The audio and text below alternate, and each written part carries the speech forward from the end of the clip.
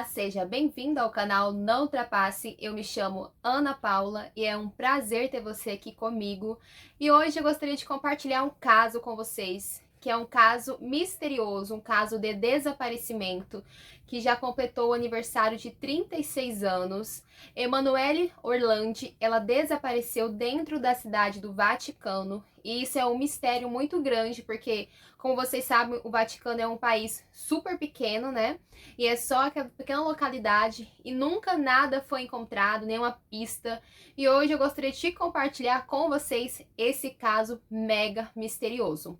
Antes de tudo, eu já gostaria que você se inscrevesse nesse canal, porque a minha prioridade é trazer conteúdos novos que não tenham aqui no YouTube. Então, desde já, peço que você coloque o seu like, que você também se inscreva no canal se você ainda não for inscrito, e que no final do vídeo você deixe um comentário dizendo o que você achou dessa história, ou também você pode colocar um caso novo que eu posso também estar pesquisando e contando para vocês, tá bom? Então vamos para o caso de hoje. Para iniciar esse caso, eu gostaria de dizer que não tenho muitas informações sobre a infância da Emanuela, não tem muita coisa disponível na internet sobre a infância, mas sim sobre o caso em si. Mas o pouco que eu achei dizia que a Emanuela vivia ali no Vaticano com a sua família desde quando ela nasceu. O pai da Emanuela, o Orlandi, ele trabalhava ali dentro do Vaticano mesmo, então ele sempre tinha acesso aos papas, aos arcebispos. Então a família era muito religiosa.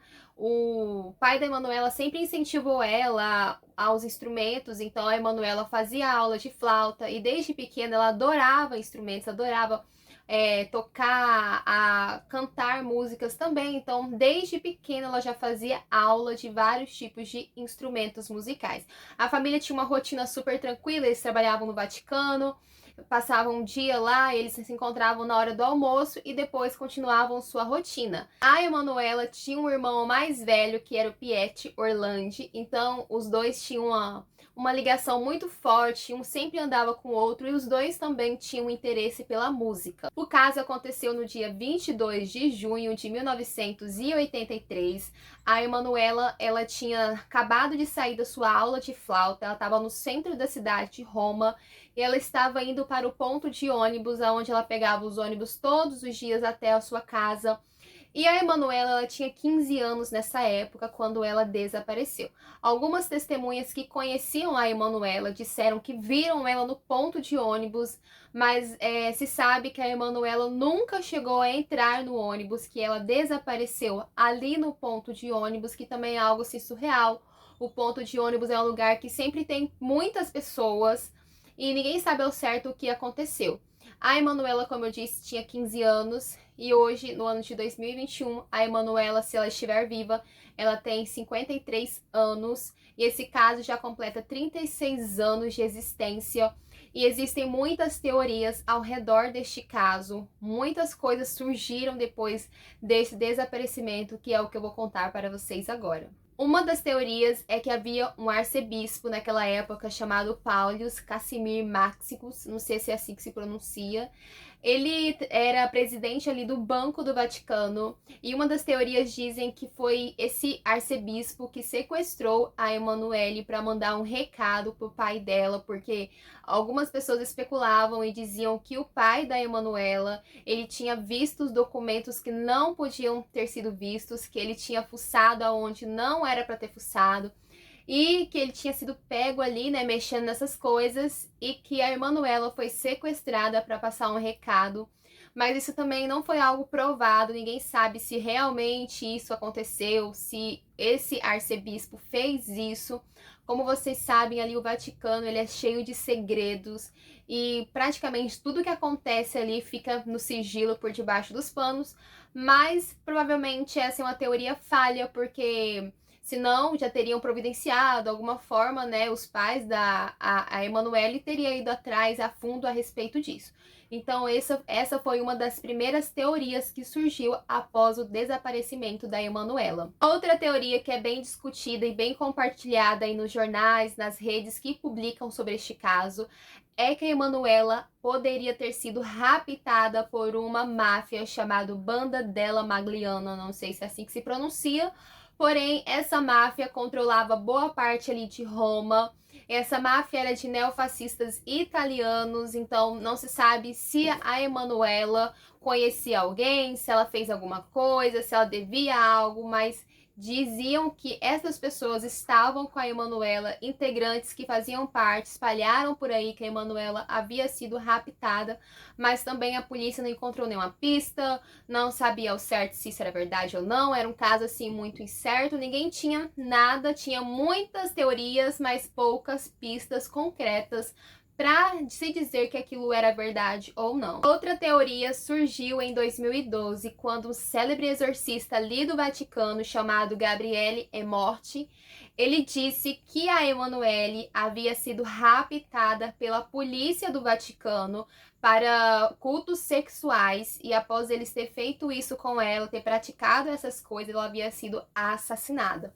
Então esse exorcista falou nos jornais que isso que havia acontecido, mas também a polícia foi atrás, tentou de todas as formas, mas não tinha pista suficiente, eram muitas teorias e, como eu disse, poucas pistas concretas. Mais tarde, em nota, o Vaticano disse que a Emanuela havia sido sequestrada por terroristas extremistas a mando de Mehmed Ali Agaga, não sei se é assim que se diz, gente, eu literalmente não sei falar esses nomes, são muito complicados.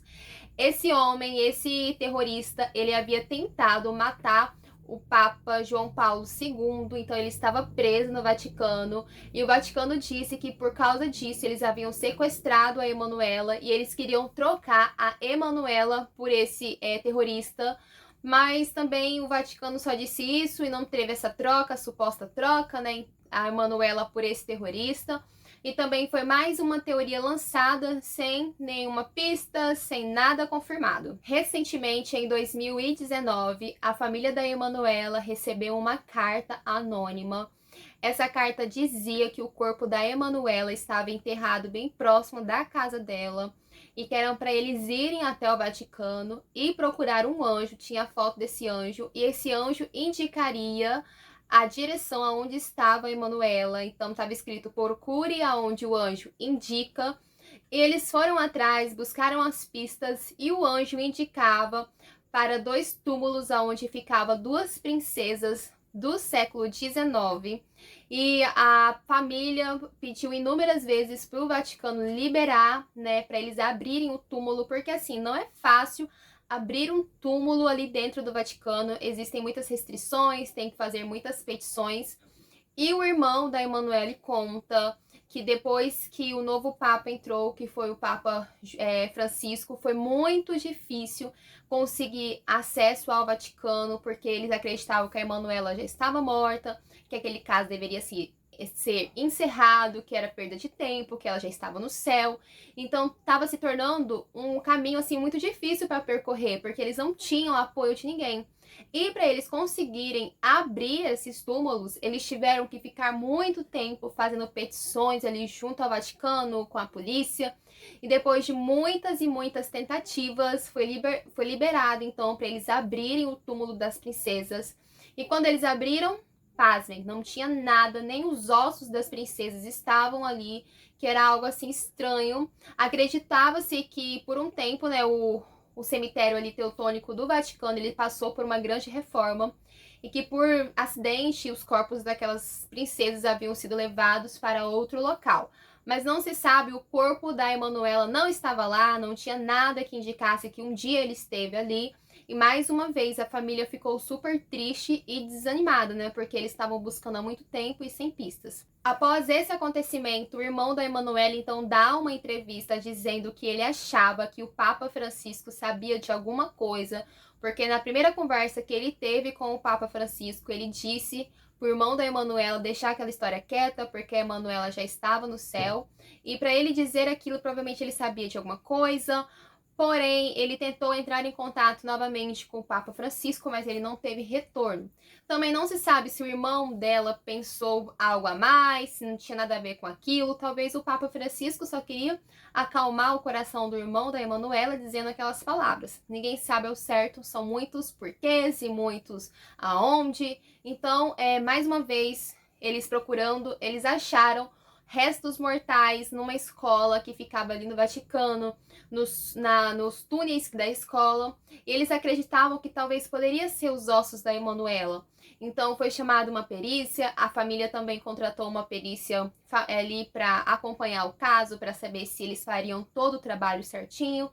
Então aqueles ossos foram então para o laboratório, a família toda estava com muita esperança, muita expectativa para pôr aquela história ao fim, né? E quando veio a confirmação, né? Quando veio o resultado, infelizmente não era o corpo da Emanuela.